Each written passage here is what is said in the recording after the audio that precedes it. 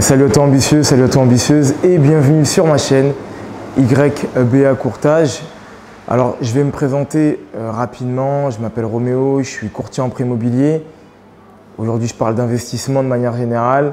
Je suis formateur et marchand de biens et investisseur dans d'autres formes d'investissement. Donc là on se trouve sur le second épisode de l'achat de la laverie. Ça fait maintenant 1 an que j'ai acheté cette laverie. Donc du coup je voulais faire mon retour sur plusieurs points et plusieurs thèmes. Le premier thème qu'on a abordé, ça a été pourquoi l'achat de la laverie. Donc là aujourd'hui, on va plutôt aborder le comment l'achat a pu se faire, en espérant qu'on ne soit pas coupé entre deux par un visiteur qui vienne. Alors, j'ai profité de mon moment de maintenance, d'où l'accoutrement, pour pouvoir profiter de venir à la laverie, pour pouvoir parler de la laverie. Donc pour que tu puisses savoir, mais ça sera dans les autres points qu'on va aborder, j'essaye de venir pour faire des petites maintenances quand il y a des petites choses, des petites bricoles à faire. Parce que de par l'activité de marchand de biens, j'ai appris un peu à bricoler également. Et ce qui me sert également du coup dans la vie de tous les jours. Et donc entre deux maintenances, je profite de ce temps-là. Il n'y a personne pour moi à la laverie. Il est assez tôt. Et donc du coup, on va parler de comment l'achat a pu se faire. Si ça peut te servir, alors le but de la vidéo, ça va être au moins que tu puisses te projeter à l'idée de te dire « Ok, moi j'aimerais acheter une laverie. Quels sont les points qui peuvent paraître importants? En tout cas, quels sont les points que moi, qui m'ont semblé importants au début et qui me semblent importants après si demain je devais racheter une autre laverie. » Les premiers points qui m'ont semblé importants, bien sûr, c'est le type de population et le flux. Donc, t'imagines bien, plus la laverie elle va être fréquentée et plus elle va valoir cher. Et plus elle va être dans un endroit qui va être fréquenté, plus elle va valoir cher. Donc, moi, je suis parti sur l'hypothèse que soit j'allais acheter en Île-de-France, de ma région, ou soit j'allais partir en dehors de l'Île-de-France. En tout cas, je ne voulais pas me fermer à cette idée-là sous une certaine condition. Si je sortais de l'Île-de-France, il fallait que la laverie soit totalement automatisée, en tout cas qu'il n'y ait pas grand-chose à faire. Et ce qui est le cas aujourd'hui dans cette laverie, parce que la laverie s'ouvre et se ferme toute seule. Il y a la caméra qui me permet de pouvoir parler avec les clients si besoin. Et je n'ai pas grand-chose à faire, à part des petites bricoles comme je viens de te l'expliquer. Donc comme je te l'ai dit dans ma précédente vidéo, on est en dehors de l'Île-de-France, on est mitoyen à Amiens. Et ça a été c'est vers ce choix-là que ça s'est porté. Alors il y a eu un petit peu de incivs à la vie, je ne me rappelle plus du terme. Parce que je m'étais projeté sur une laverie qui était en Île-de-France, qui était en le 94 de mémoire, mais elle a été vendue au moment où j'ai voulu me positionner. Et tant mieux, parce que je suis très content au final d'être passé sur celle-ci. Pourquoi je dis tant mieux? Parce que ça, c'était un autre point aussi qui était important pour moi, ça allait être les moments où je vais aller, est-ce que ça va être des moments qui vont être compliqués en termes de trajet? Le fait d'être en dehors de l'Île-de-France me permet d'être en ligne totalement continue lorsque je pars. J'ai maintenant depuis 1 an, je peux dire, jamais eu de bouchon de ma vie, ni à l'aller ni au retour. Alors oui, effectivement, je suis à 1 heure de mon lieu d'habitation, mais réellement, comme j'y vais 4 fois dans le mois, 1 heure aller, 1 heure retour, ça fait donc du coup 8 heures en tout dans le mois, soyons fous, 10 heures dans le mois à consacrer à ma laverie. Je trouve ça raisonnable en fait par rapport à l'effort de travail que ça me demande. Ce qui nous ramène au second point qui était l'effort de travail. Est-ce que ça va être une laverie où il fallait tout refaire ou une laverie qui est déjà faite? Ça aussi, c'est un élément qui est important et qui va dépendre aussi du prix du coup. Donc, je me suis plutôt porté sur une laverie où je n'avais pas grand-chose à faire parce que je ne connaissais pas du tout l'univers de la laverie. Et ça sera le troisième point, comment j'ai fait pour le connaître. J'ai préféré me diriger sur une laverie où je n'avais pas grand-chose à faire. Donc là, tu peux le voir derrière moi. L'ancien propriétaire a quand même fait pas mal de jobs. Peut-être dans la dernière vidéo, je te ferai un tour du proprio pour que tu puisses voir. Là, comme je suis tout seul, c'est un peu compliqué de pouvoir faire bouger la caméra et également être audible et tout le reste. Mais grossièrement, c'est ça. Les machines sont très récentes.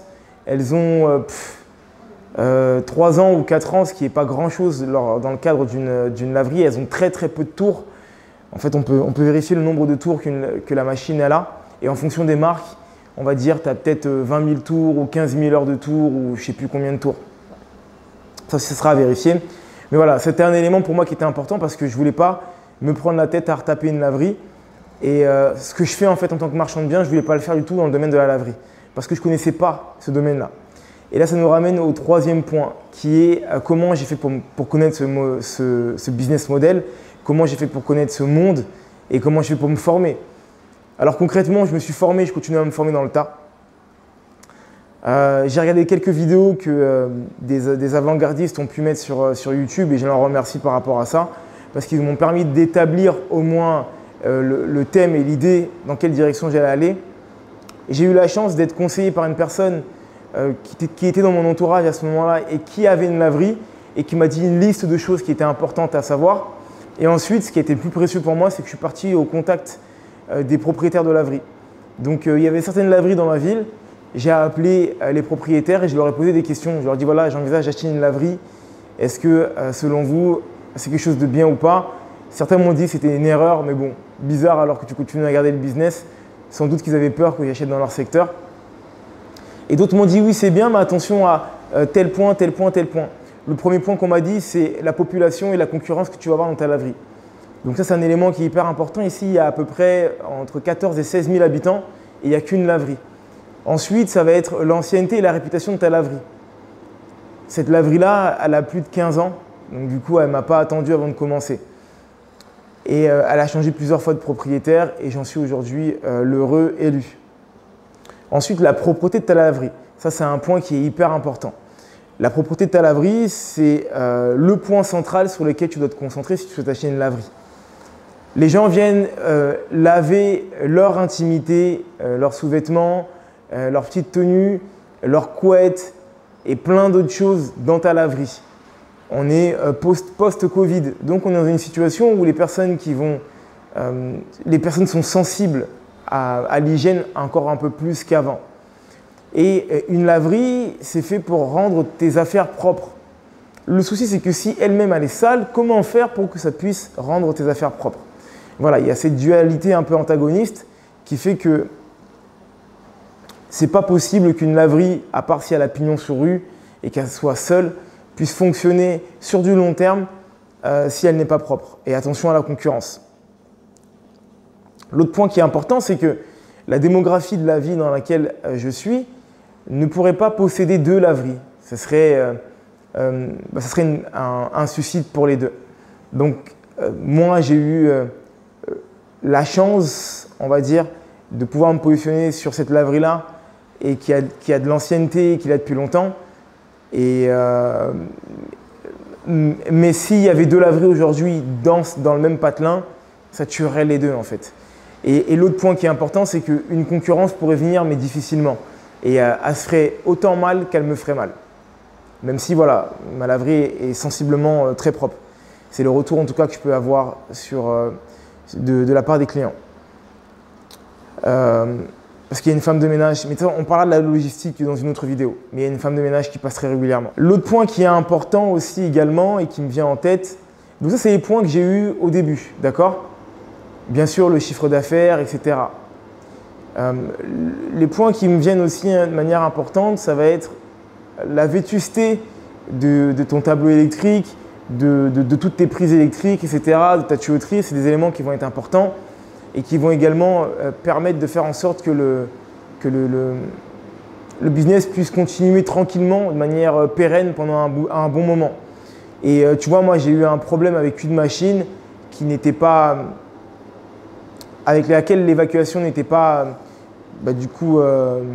soudée, on va dire collée, et qui faisait qu'il y avait des mares qui arrivaient par moment dans la laverie. L'autre point aussi qui est important, et là c'est moi qui l'ai vu après, c'est les points de progression. C'est-à-dire que qu'est-ce que tu peux faire pour que ta laverie elle fasse plus de chiffres? Et moi je suis parti sur des produits accessoires. Voilà, une machine à café que je te montrerai sur d'autres vidéos par rapport à la logistique, une machine aussi à bonbons et autres qui me permettent du coup de pouvoir augmenter le panier moyen. Tous ces éléments-là ont été, je viens de te dire, primordiaux pour me permettre de pouvoir me dire je me positionne ou je ne me positionne pas. Il y a un élément qui a pesé sur la balance, ça a été mon attirance sur un secteur que je connais. Tu vois, tout ce que je te dis de ne pas faire dans l'immobilier, j'ai été tenté à le faire pour me rassurer.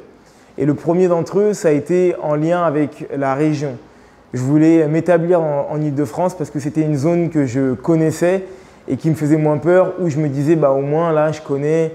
Et puis il y avait un côté aussi où je trouvais ça plus cool de dire que j'ai une laverie sur Paris plutôt que de dire j'ai une laverie sur Amiens. Mais bien sûr le prix on passe du double au triple en fait concrètement. Pour des fois quand tu cumules les charges pour une marge qui est pratiquement identique. Mais par contre une concurrence qui est plus forte et également un autre point qui est important, un temps de trajet qui est beaucoup plus long. Pour ma part, pour monter sur Paris en période de bouchon, parce que c'est le moment le plus tendu au final qu'il faut voir, pas le moment quand c'est cool, je peux facilement arriver à 1h40 voire 2h. Parce que voilà, je dois passer par plein d'axes qui sont hyper denses. Ici, je ne peux pas te dire qu'il n'y a pas de bouchon. C'est aussi simple que ça. Pour descendre d'Île-de-France en direction d'Amiens, sur l'autoroute ou sur les petites routes, il n'y a pas de bouchon. Même quand il y a des travaux, il n'y a pas de bouchon. Et au final, faire plus de bornes et faire le même temps de trajet que j'aurais fait si j'avais moins de bornes, pour moi la question ne se posait pas. Il était préférable de partir sur une plus grande distance. Il y a d'autres points que j'ai mais qui ne me viennent pas tout de suite, donc j'en profiterai pour t'en parler sur la prochaine vidéo. Voilà, j'essaie de faire des formats assez courts pour que ça puisse être digeste. Il y a un bon nombre de youtubeurs qui parlent de laverie. Moi, j'ai plus vocation à t'exprimer un retour d'expérience et plus que de te former sur ça. Mais toutefois, je reste ouvert à des conseils si toutefois tu en avais besoin. Et pour ça, ce n'est pas compliqué. Il y a des liens qui sont juste en bas. Tu cliques dessus, tu programmes un rendez-vous téléphonique et je prendrai soin de te rappeler. La personne qui dit que je ne la rappelle pas est un menteur ou une menteuse. Donc voilà mon ambitieux. Un autre point qui me vient là rapidement, c'est faire attention à la vétusté de tes machines, mais ça on en a parlé tout à l'heure. Faire attention aux charges. Il y a des charges qui sont variables comme l'électricité et en fait voir les contrats qui ont été faits, mais surtout, voilà, le point qui est important, je cherchais à faire les liens, c'est plutôt à quelle distance est la fin de bail.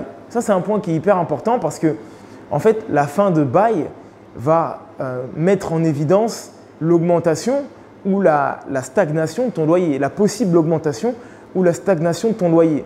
Et ça, c'est quelque chose qu'on pourra parler dans l'autre vidéo, c'est les mésaventures ou les challenges que j'ai pu rencontrer quand je suis arrivé dans cette laverie. Et je peux te dire qu'en un an, il y en a eu pas mal, surtout au début, parce que je ne connaissais rien du tout. Donc voilà mon ambitieux. Si tu as envie de te lancer dans la laverie, franchement, je viens de te dire, lance-toi. Moi, j'y connaissais vraiment rien. Tu vois, je connaissais un type qui avait une laverie, il m'a envoyé un SMS en me disant, regarde ces 5 points-là, le reste, ça a été que du feeling, ça a été que de la recherche. J'ai fait la même chose que quand je suis dans l'immobilier, j'ai regardé les points qui pouvaient être intéressants ou non. Et je suis parti à la source, je suis parti voir les anciens, je suis parti me renseigner. Il y a un point négatif que j'ai envie de te donner quand même sur le fait de partir sur des zones qui sont en dehors de l'Île-de-France, c'est la complexité à trouver des prestataires. Ça, c'est hyper compliqué parce que tous les prestataires sont réunis sur les grosses zones, donc du coup en l'occurrence l'Île-de-France, et je ne te parle pas de Paris, là il y a des prestataires, tu en as à foison, mais quand tu sors de l'Île-de-France, et surtout quand tu n'as pas de concurrence comme moi, ça c'est mon talon d'Achille, j'ai pas de concurrence, donc où est l'intérêt pour un professionnel de la laverie de venir s'implanter ici? Je l'appellerai une fois tous les 5 ans. Et c'est le gros problème. Et ça m'a quand même valu pas mal de mes aventures. Et après, ce qui est bien, c'est que tu peux toujours te rapprocher du coup de la marque, de tes produits. Et eux vont toujours pouvoir faire du SAV, même quand tu es hors garantie. Ils vont te facturer comme pas possible, mais ils feront toujours du SAV. Donc voilà, ça c'est le gros inconvénient que j'ai vu à être en dehors de l'Île-de-France. Il y a une question qu'on me pose, ou plutôt c'est une question rhétorique, parce qu'on me dit souvent ouais mais Roméo, tu te rends compte quand même faire 2 heures aller-retour, ça fait long. Et moi j'ai envie de te dire mon ambitieux, je crois que la moyenne d'un temps de trajet pour aller au travail, bon maintenant il y a beaucoup de personnes qui font du télétravail, mais il y a des personnes qui ne peuvent pas faire de télétravail, parce que leur métier ne leur permet pas de faire. Donc je crois que la moyenne c'est 45 minutes je crois, pour aller au boulot. Je ne sais pas si c'est aller-retour ou que aller. Allons sur l'hypothèse que c'est que aller. Bah, tu multiplies ça, on va arrondir à 1 heure, parce que on est à 15 minutes près, on est à 1 heure. Tu multiplies ça par 5 jours travaillés dans la semaine. Ça te fait beaucoup plus que et donc du coup 4 semaines de travail. Ça te fait beaucoup plus que les 10 heures de temps d'occupation que j'ai en lien avec la laverie. Voilà mon ambitieux, je vais continuer ma maintenance. Je suis content, il n'y a personne qui est venu ouvrir la porte pour faire sécher son linge ou pour laver son linge. Donc, je profite de ce moment-là pour dire au revoir mon ambitieux. Surtout, je t'invite à continuer à croire en toi et à te former.